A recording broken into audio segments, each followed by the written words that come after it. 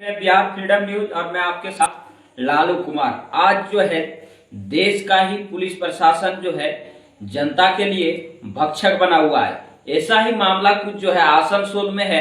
और क्या है पूरी मामला, आइए हम उन पीड़ित परिवार से मिलाते हैं। और पीड़ित परिवार को जो है प्रशासन से आशा उठ जाने के कारण से आज जो है वो मानवाधिकार का दरवाजा को खटखटाया है। तो मैं बात करना चाहूंगा आसनसोल जिले से एक दर्दनाक खबर आ रही है जो दिल दहला देने वाली है। लगभग 2016 से 17 जो है जमीन जायदाद बेचवा कर और उन पूरी परिवार के जो है पैसा पूरी तरह से ठप कर ली गई है और ठग ली गई है। इनकी गुहार जब पुलिस प्रशासन के पास गया तो पुलिस प्रशासन जो है इसको नदारत एवं इनकी कार्रवाई नहीं करते हैं। और अंतिम में जो है यह परिवार आज यह कहने वाले हैं कि हम लोग क्या करें, जो था सारा बेच उच के जो है इनको दे दिए और आज जो है हम लोग मरने के लिए आत्महत्या करने के लिए मजबूर है। तो आइए उन परिवार से आपको मिलवाते हैं और मानवाधिकार के टीम के द्वारा फंडर जो हैं वो क्या कहते हैं, इसको किस प्रकार से न्याय दिला पाएंगे या नहीं दिला पाएंगे।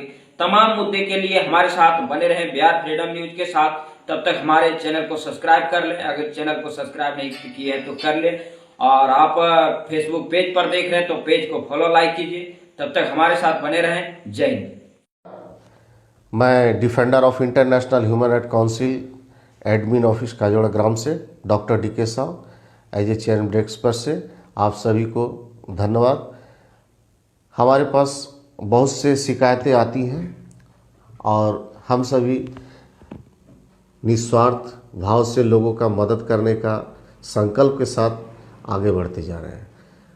हमने कई दुविधाओं को पार किया है, परंतु आज हमारे साथ एक ऐसी सिचुएशन आ खड़ी हुई है जिसे प्रशासन के माध्यम से लोगों को मदद करने का, आम पब्लिक को सेवा करने का संवैधानिक अधिकार दिया गया है, परंतु उनके आज रवैयों को देख करके मानवाधिकार बहुत ही दिल से आहत हुई है। जिसका जीता जागता उदाहरण है, हम उनकी बयानी उनके शब्दों से सुनेंगे कि उनके साथ क्या हुआ और हम लोग उनको न्याय के लिए हर समय सक्षम रहेंगे कि उनका न्याय जब तक नहीं हो रहा उनके लिए हम लोग खड़ा रहेंगे, उनके लिए संघर्ष करेंगे। आइए उनका बयान सुनते हैं, उनके दर्द को समझते हैं कि भारत में संविधान को तारों तार तोड़ने के लिए भी प्रशासन कितनी गलतियां और कितने अपराध को जन्म देती है। संजीव देवनाथ, विलेज दिगापारा, पोस्ट बरजागुली, नदिया के निवासी। मेरे पिताजी का नाम बैकुंठो देवनाथ है। मेरे से सुनीता दास जो आसनसोल निवासी हैं, उन्होंने मुझे फ्रॉड करके मेरे से 70 लाख रुपए ले लिए हैं, जो 2016 से 2021 तक ये फ्रॉड मेरे साथ हुआ है। ये मेरे पास जानकारी तो बाद में आया, लेकिन जो 2016 से 2017 तक मेरे पास सुनीता दास ने बहुत सारा झूठ बोल के मेरे से पैसे लिया। जैसे उसने पहले बोला था कि उसका कैंसर हुआ था, जिसके लिए उसको बीमारी ठीक कराने के लिए पैसा चाहिए था।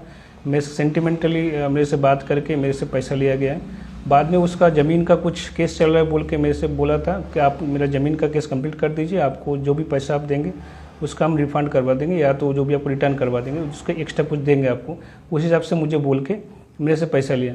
2021 में मेरे पास एक खबर आया कि सुनीता दास का कुछ नहीं हुआ था, ना कैंसर हुआ, ना उसका ज़मीन का कुछ केस है, ना कुछ भी नहीं है। जब मैं जानकारी मिला तब मैं आसनसोल पहुंचा।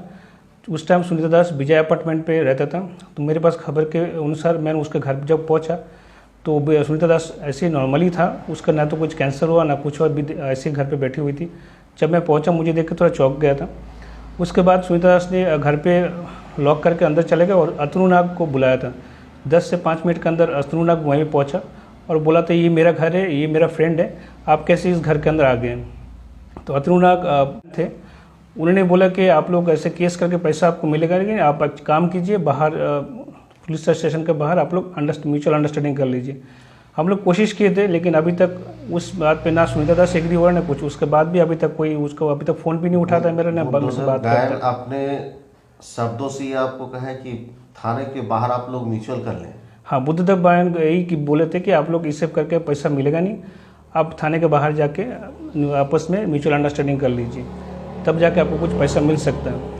उसके बाद मुझे defenders of international human rights council से मैंने मिला, तो उनके तरफ से हायर अथॉरिटी तक एक चिट्ठी पहुंचा है जो आसनसोल CP ऑफिस में भी पहुंचा है, लेकिन वो 14 तारीख को पहुंचा था इस महीने की साउथ थाना में, लेकिन अभी तक उसके ऊपर कोई कार्रवाई नहीं हुआ है। तो मैं चाहता हूँ कि मेरे केस के ऊपर जल्दी से जल्द उस केस को दिखा जाए और मुझे थोड़ा इस चीज़ से मुझे राहत मिले। मैं एक्चुअली बहुत लोगों से पैसा लेके इस पैसों को मैंने अरेंज किया था। मेरे ऊपर अभी दबाव बहुत ऐसे है कि मेरे घर वाले भी ऐसे परेशान हो रखे कि हम लोग क्या करें नहीं करें वो समझ में नहीं आ रहा है, कि जीवन जिए कि लोगों का पैसा दे समझ में नहीं कुछ भी नहीं आ रहा। तो मुझे आप लोगों से निवेदन है कि मेरे इस केस पे थोड़ा सहायता कीजिए। प्रशासन से बोलता हूँ कि मेरे इस केस को वो थोड़ा सा ध्यान दीजिए। और human rights council of commissioner तो हम लोग मेरे साथ दे ही रहे, आप लोग भी थोड़ा सा मुझे प्लीज़ सपोर्ट कीजिए। चलिए, defender of international human right council अपने कर्तव्यों को निर्वहन करने हेतु आगे इस पीड़ित के न्याय के लिए हम लोग संघर्ष करेंगे। और मैं आशा करूंगा कि ऊपर के जो भी हमारे वरिष्ठ संवैधानिक अधिकार पर बैठे हुए हैं, प्रशासनिक अधिकारी पर जो बैठे हुए हैं, उनसे आग्रह करूंगा कि प्रशासन की इस रवैये पर कड़ी से कड़ी कार्रवाई करें और कार्रवाई का जो परिणाम है वो लोगों तक पहुंच सके कि ये गलतियां दोबारा कोई पुलिस थाने में ना दोहराई जाए। इस शिकायत को लेकर के संगठन के हमारे वरिष्ठ पदाधिकारी महोदया के माध्यम से भी थाने के अध्यक्ष, क्या नाम है उनका, कौशिक कुंडू, जो कि साउथ पुलिस थाने के, आसनसोल थाने के ऑफिसर इंचार्ज हैं, उनके साथ फ़ोन द्वारा कई बार संपर्क करने का प्रयास किए। एक बार बात होने के बाद दूसरी बार उन्होंने फ़ोन को उठाना जरूरी नहीं समझे और ना ही अभी तक कोई उनका प्रक्रिया आया है। ये रवैया आज ही नहीं, पहले भी उन्होंने ये गलतियां को दोहराया है